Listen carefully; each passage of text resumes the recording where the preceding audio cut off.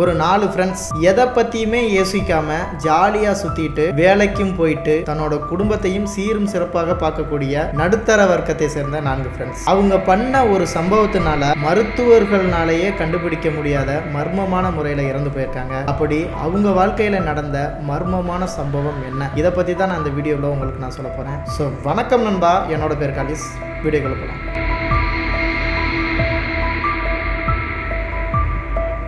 தர்மபுரி மாவட்டம் எல்லாருக்குமே தெரிஞ்ச ஒரு பிளேஸ். அங்கே இருக்கக்கூடிய நடுத்தர வர்க்கத்தை சேர்ந்தக்கூடிய ஒரு 4 ஃப்ரெண்ட்ஸ் வேலைக்கு போய் தன்னுடைய குடும்பத்தை காக்கக்கூடிய ஒரு சிறந்த நண்பர்கள். ஆனா இந்த 4 பேரும் எந்த ஒரு விஷயத்தையுமே எதையுமே நம்பாம நான் உண்டு தன்னோட வேலை உண்டு அப்படின்னு இருக்கக்கூடிய ஒரு நண்பர்கள். இவங்க வாழ்க்கையில நடந்த அந்த ஒரு விஷயத்தினால இவங்க 4 பேருமே இன்னைக்கு உயிரோட இல்ல. டிசம்பர் 16, 2017 சனிக்கிழமை இந்த 4 பேருமே ஒரு கம்பெனில வேற இடத்துல வேலை பார்க்குறாங்க. அப்படி வேலை பார்த்தாலும் மாசத்துல 3 நாள் இவங்க ஊரை சுத்துறத வழக்கமா வச்சுக்கிட்டு இருக்காங்க. இவங்க ஊரை சுத்துறதுனா சாதாரணம் இல்ல, இருக்கக்கூடிய மலை ஃபுல்லாமே போய் ட்ரெக்கிங் பண்ணக்கூடியவங்க, உடலை வலுவாக வைக்கக்கூடிய இளைஞர்கள். அப்படித்தான் அன்னைக்கும் அவங்க ட்ரெக்கிங் போலாம் அப்படின்னு சொல்லிட்டு அன்னைக்கு அவங்க போன இடம் தான் திண்டுக்கல் மாவட்டத்தில் இருக்கக்கூடிய சிறுமலை. சனிக்கிழமை காலையில அந்த சிறுமலைக்கு ஏறுறாங்க.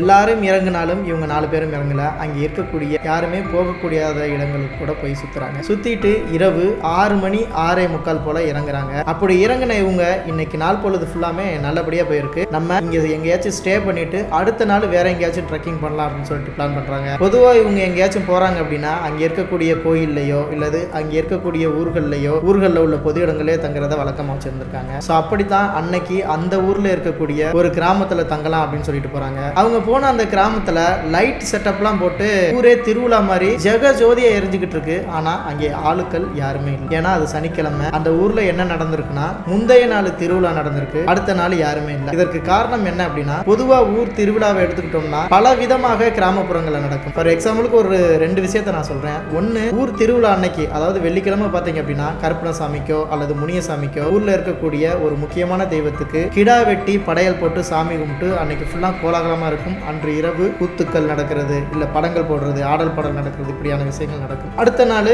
அவங்க வேலையை பார்த்துட்டு அவங்க வீட்டுக்கு போயிருவாங்க. இது ஒண்ணு. 2வது, இந்த மலை கிராமங்கள் என்ன பாத்தீங்க அப்படின்னா அன்னைக்கு ஒரு நாள் பாத்தீங்கன்னா சாமி கும்பிடுவாங்க. அன்னைக்கு ஊர்ல இருக்கக்கூடிய முக்கியமான தெய்வத்துக்கு சாமி கும்பிட்டுட்டு படையல் போட்டு பூஜையெல்லாம் முடிச்சுட்டு அன்னைக்கு அதே போலதான் கூத்து நடக்கும், படங்கள் போடுறதுனா போடுவாங்க, ஆடல் பாடல் வைக்கிறதுனா வைப்பாங்க. அடுத்த நாள் என்ன பண்ணுவாங்கன்னா அந்த தெய்வத்தை விட்டுட்டு சுற்று வட்டாரத்தில் இருக்கக்கூடிய அவங்களுடைய பரிவார தெய்வங்கள் சொல்லுவாங்க, அதாவது அவங்களுடைய துணை தெய்வங்கள், இந்த சுடலமாட, மயானக்காளி, இந்த சாமிக்கு எல்லாருக்குமே அன்னைக்கு திருவிழா அன்னைக்கு சாமி கும்பிடாம அடுத்த நாள் அந்த தெய்வங்களுக்கு எல்லாம் விலங்க பலியிடுவாங்க. அதாவது என்ன பண்ணுவாங்கன்னா உயிரோட அந்த விலங்கை பலியிட்டு அதை சமைக்காம அதோட குடலை எடுத்து வானத்துல தூக்கி வீசி அந்த படையில கொஞ்சம் வித்தியாசமா பண்ணுவாங்க. அப்படி வித்தியாசமா கும்பிடும் போது அங்க இருக்கக்கூடிய மயான காளியோ அல்லது சுடலை மாடனோ உருவம் பெற்று வந்து அந்த குடலை காணிக்கை எடுத்துட்டு போறதா கிராமப்புறத்துல உள்ளவங்க நம்பக்கூடிய அந்த விழா. சோ அதே மாதிரி தான் அன்னைக்கு அவங்க போகக்கூடிய அந்த கிராமத்திலயும் நடக்குது. இதுல ஒரு விஷயம் என்ன அப்படின்னு கேட்டீங்கன்னா, அன்றைக்கு யாருமே அந்த இடத்துல இருக்கக்கூடாது. ஸோ பூசாரியோ அல்லது சாமி ஆடுபவரோ அந்த ஊர்ல இருக்கக்கூடிய முக்கியமான பெரியவர்களோ தான் அந்த இடத்துல வந்து விழாவில் வந்து கலந்துக்கணும். அதாவது அந்த இடத்துக்கு மட்டும் அவங்களுக்கு பலியிடுற அன்னைக்கு மட்டும் போகணும். இப்படிங்கிற மாதிரி வழக்கம். வேற யாராச்சும் போனாங்கன்னா பயந்துருவாங்க. அப்படி இல்லைன்னா அவங்களுக்கு ஏதாச்சும் தீங்கான விஷயங்கள் நடக்கலாம், ஏன் அவங்களுடைய உயிரே பழி போறதுக்கான வாய்ப்பு கூட இருக்கு அப்படிங்கிற மாதிரி அந்த கிராமப்புறங்கள் எல்லாமே நம்புவாங்க. ஸோ அப்படி ஒரு நிகழ்வு நடக்கக்கூடிய இடத்துக்கு தான் இவங்க போறாங்க. இந்த 4 பேரும் ஊருக்குள்ள போயிட்டு ஏதாச்சும் பொதுவான இடத்துல தங்கலாமா அப்படின்னு சொல்லிட்டு அங்க இருக்கக்கூடிய ஊர் மக்கள்கிட்ட கேட்கறதுக்காக போறாங்க. ஆனா ஊர்ல யாருமே எல்லாமே வெறிச்சோடி போய் சரியாக நேரம் 10 மணி. அப்போ ஊர்ல இருக்கக்கூடிய பூசாரி மட்டும் வர்றாரு. அவர்கிட்ட, ஐயா நாங்க இந்த மாதிரி தர்மபுரியில இருந்து வர்றோம், ட்ரெக்கிங் பண்ணிட்டு வந்தோம், ரொம்ப டயர்டா இருக்கு, இந்த ஊர்ல பொதுவான இடத்துல தங்கலாமா அப்படின்னு கேட்கறாங்க. அவங்க, இல்லைங்க நீங்க தங்கக்கூடாது, சம்பவம் இங்க நடக்கும், அப்படி நடக்கும்போது சாமிக்கு முன்னால நீங்க எதுப்பட்டீங்க அப்படின்னா கண்டிப்பா உங்களுக்கு ஏதாச்சும் ஆயிரும். சோ நீங்க இந்த ஊருக்குள்ள இருக்க வேணா, பக்கத்துல ஒரு 2 கிலோமீட்டர் நடந்து போனீங்கன்னா இன்னொரு ஊர் இருக்கு, அங்கே போய் பொதுவான இடத்துல நீங்க தங்குங்க அப்படிங்கிற மாதிரி சொல்றாங்க. ஸோ ஆனால் அந்த பசங்களுக்கு மலையில இருந்து இறங்கிட்டு வந்த டயர்டு, இதுக்கு மேல நடக்க முடியாது, இங்க ஏதாச்சும் ஒரு இடம் தாங்க அப்படின்னு சொல்லிட்டு திரும்பவும் அவங்ககிட்ட கேட்கும்போது, இல்ல தம்பி நீங்க போயிருங்க அப்படின்னு சொல்லிட்டு அவங்கள வழி அனுப்பி வைக்கிறாங்க. அப்படி போகும்போது இன்னொரு முக்கியமான விஷயத்தையும் சொல்றாங்க. என்னன்னா,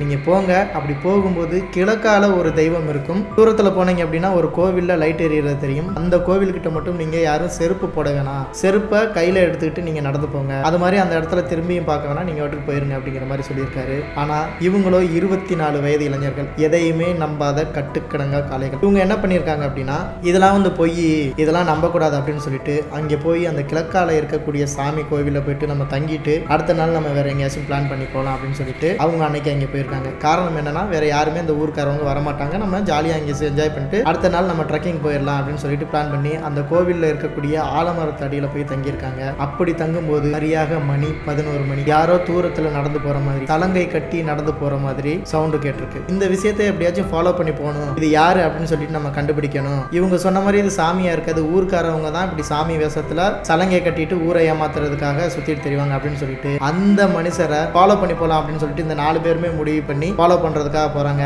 அப்படி போகும்போது தூரத்துல கருப்பா ஏதோ ஒரு உருவம் போயிருக்கு. அந்த உருவத்தை இவங்க விடாம கிட்டத்தட்ட ஒரு 1/4 கிலோமீட்டருக்கு துரத்திக்கிட்டே போயிருக்காங்க. துரத்திட்டு போகும்போது திடீர்னு அந்த உருவம் காணாம போயிருக்கு. ஸோ இவங்க எல்லாரும் என்ன நினைச்சிட்டாங்க அப்படின்னா இவர் வேற எங்கேயோ போய் ஒளிஞ்சுக்கிட்டாரு, சரி பரவாயில்ல நம்ம திரும்பி போய் நம்ம அந்த ஆலமரத்தடியிலே படுத்து தூங்கலாம் அப்படின்னு சொல்லிட்டு தூங்குறதுக்காக வந்து அவங்களுக்கு பசிச்சிருக்கு. அப்படி பசிக்கும் போது அவங்க கொண்டு வந்த உணவை வந்து சாப்பிட்டுருக்காங்க. அது மாதிரி இந்த கோவில்ல செருப்பு காலோட போயிருக்காங்க. அந்த கோவில் தூண்லயே செருப்பை வச்சுட்டு தூங்கியிருக்காங்க. ஸோ அந்த இடத்துல படுத்து கிடந்த அவங்க சரியாக ஒரு 5:30 மணிக்கு அலாரம் வைத்து எந்திரிக்கிறாங்க. அப்படி எந்திரிச்சு மூஞ்ச கழுவிட்டு திரும்பி பார்க்குறாங்க. ஒரே ஒரு பையன் மட்டும் எந்திரிக்கல. அவனை கிட்ட போய் எழுப்புறாங்க, எழும்பல. அவனை திருப்பி பார்க்கும்போது அங்கே ஒரு அதிர்ச்சியான ஒரு தகவல் காத்துக்கிட்டு இருந்திருக்கு. என்ன அப்படின்னு கேட்டிங்கன்னா அந்த பையனுடைய வாய் முழுக்க ரத்தம் கொட்ட மூச்சு பேச்சு இல்லாமல் இருந்திருக்கான். உடனே பயந்து போன அந்த இளைஞர்கள் 100க்கு போன் அடிக்கிறாங்க. 100க்கு போன் அடிச்சோன்னா அந்த ஊர் என்ன ஊர் அப்படின்னு சொல்லிட்டு ட்ராக் பண்ணி போலீஸும் ஆம்புலன்ஸ் வந்துருது. ஸோ பையனை டெஸ்ட் பண்ணிட்டு பையன் இறந்து போயிட்டான் அப்படின்னு சொல்லிட்டு இவன் எப்படி இறந்து போயிருப்பான் அப்படின்னு சொல்லிட்டு கேட்கும்போது தான் அந்த இளைஞர்கள் நாங்கள் சாப்பாடு கொண்டு வந்தோம், எல்லாரும் ஷேர் பண்ணி தான் சாப்பிட்டோம், ஆனால் எங்களுக்கு ஒன்றாகல, அந்த பையனுக்கு ஃபுட் பாய்சன் ஆயிருக்கும் அப்படின்னு சொல்லிட்டு அந்த பையங்க வந்து சொல்றாங்க. உடனே மருத்துவமனைக்கு அவனை பிரேத பரிசோதனைக்காக அனுப்பி வைக்கிறாங்க. ஆனா அங்கிருந்து டெஸ்ட் இவனுக்கு உணவுல எந்த ஒரு பிரச்சனையும் இல்ல, இவன் எப்படி செத்தான் அப்படின்னு சொல்லிட்டு தெரியல. அது மாதிரி இந்த பையனுக்கு எந்த ஒரு வியாதியும் இல்ல, ஆனா ரத்தம் எடுத்து போயிருக்கான். இவன் உடம்புல ஏதோ ஒரு விஷம் தாக்கி இருக்கு. ஸோ இதன் மூலியமா தான் இவன் இறந்திருக்கணும் அப்படிங்கிற மாதிரி தான் ரிப்போர்ட் வருது. ஸோ இதனால எல்லா பசங்களுமே வருத்தப்படுறாங்க. நம்ம இங்க வந்து தங்கி இருக்கவே கூடாது, இப்போ தங்கினால தான் நம்மளுடைய நண்பன்ல ஒருத்தனை வந்து இழந்துட்டோம், நம்ம இங்க வந்து தங்கலை அப்படின்னா விஷப்பூச்சி தாக்கி இவன் செத்துருக்கவே மாட்டான் அப்படின்னு சொல்லிட்டு எல்லாருமே சோகமாகறாங்க. ஸோ அதுக்கப்புறம் தன்னோட நண்பனுக்கு செய்ய வேண்டிய காரியங்கள் எல்லாமே செஞ்சிடறாங்க. ஒரு வாரம் கழிச்சு அவங்களுடைய வேலைக்கு போக ஆரம்பிச்சிடுறாங்க. ஆனால் இவங்களுக்கு தெரியாது அடுத்து நடக்கக்கூடிய சம்பவம் மிக கொடூரமாக இதே மாதிரி தான் இருக்கும் அப்படின்னு சொல்லிட்டு கொஞ்ச நாள் வேலைக்கு போனதுக்கு அப்புறம் மறுபடியும் இவங்களுக்கு ஒரு 3-4 நாள் லீவ் கிடைக்குது. இதில் எங்கேயாச்சும் போகலாமா அப்படின்னு சொல்லிட்டு அவங்களுக்குள்ள பேசிக்கிறாங்க. ஆனால் அவங்க என்ன சொல்றாங்க அப்படின்னா இல்லை இப்போ தான் நம்ம ஃப்ரெண்டு இறந்துருக்கான், அவன் ஞாபகமாகவே இருக்கு, நம்ம இந்த மாதம் வெளியே எங்கேயுமே டூருக்கு போக வேணாம், நம்ம ஒர்க்கை கண்டினியூ பண்ணலாம் அப்படின்னு சொல்லிட்டு அவங்கவுங்க பேசிட்டு போயிடுறாங்க. அப்படி அவங்கவுங்க போன நாள் இரவு அதே மாதிரி சனிக்கிழமை அடுத்த மாதம் ஜனவரி 16ஆம் தேதி ஒரு பையன் அவனோட ஃப்ரெண்டு எப்படி ரத்தவாந்தி எடுத்து இறந்து போனானோ அதே மாதிரி இறந்து போகிறான். மிச்சம் இருக்க 3 ஃப்ரெண்ட்ஸில் இப்போ 2 பேர் மட்டும்தான் இருக்காங்க. அப்படி இறந்து போகும்போது அந்த பையனையும் பிரேத பரிசோதனைக்காக அனுப்புகிறாங்க. இவனும் ஏதோ ஒரு விஷத்தால் பாதிக்கப்பட்டிருக்கான் அப்படிங்கிற மாதிரி தான் ரிப்போர்ட் வருது. ஸோ இந்த இடத்துல தான் கொஞ்சம் அவங்களுடைய ஃபேமிலி சுதாரிக்க ஆரம்பிக்கிறாங்க. இவன் வெளியே எங்கேயுமே போல, வீட்டுக்குள்ளே தான் படுத்து தூங்கினான், இவனை விஷப்பூச்சி தாக்குறதுக்கான எந்த ஒரு சாத்தியமே இல்லை, அப்புறம் எப்படி இவன் விஷம் தாக்கி இறந்துருப்பான் அப்படின்னு சொல்லிட்டு கொஞ்சம் குழம்பி போகிறாங்க. சரின்னு சொல்லிட்டு அதையும் கேஸுவலாக விட்டுட்டு அவனுக்கு செய்ய வேண்டிய காரியத்தெல்லாம் செஞ்சு முடித்துறாங்க. அதுக்கு அடுத்த மாதமும் 16ஆம் தேதி வருது.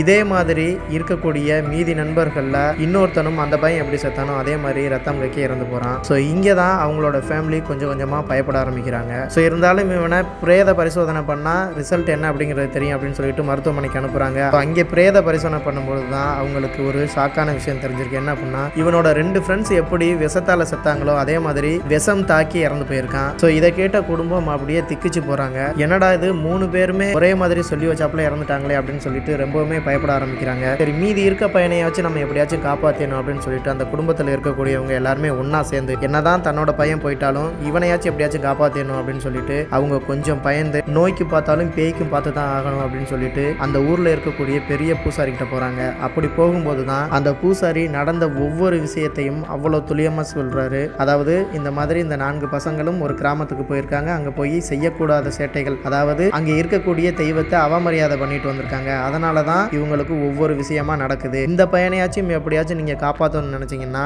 அந்த எல்லைக்கு போய் அந்த ஊர்ல இருக்கக்கூடிய பெரியவர்கள்ட்ட பேசி அந்த சாமிக்கு பரிகார பூஜைகளை செஞ்சுட்டு அதுக்கப்புறம் அந்த சாமியோட காலில் விழுந்து மன்னிப்பு கேட்டுட்டு வாங்க, கண்டிப்பா இந்த பையனையாச்சும் காப்பாற்றலாம் அப்படின்னு சொல்லிட்டு அந்த பூசாரி சொல்லவும் உடனே அந்த குடும்பம் கிளம்பி அவங்க போன ஊருக்கு போய் பரிகார பூஜை செஞ்சனால அந்த பையன் 4 ஃப்ரெண்ட்ஸ்ல ஒரு பையன் மட்டும் தப்பிச்சதாக தெரிய வருது. ஸோ இந்த கதை நான் ஒரு முகநூல் பக்கத்துல இருந்து தான் படித்தேன். ஸோ இதே மாதிரி உங்க ஏரியாவில் ஏதாச்சும் ஒரு அமானுஷ்யமான விஷயம் நடந்திருந்தது அப்படின்னா கண்டிப்பாக எனக்கு தெரியப்படுத்துங்க. அடுத்த கதை உங்களுடைய கதையாக கூட இருக்கலாம். நன்றி.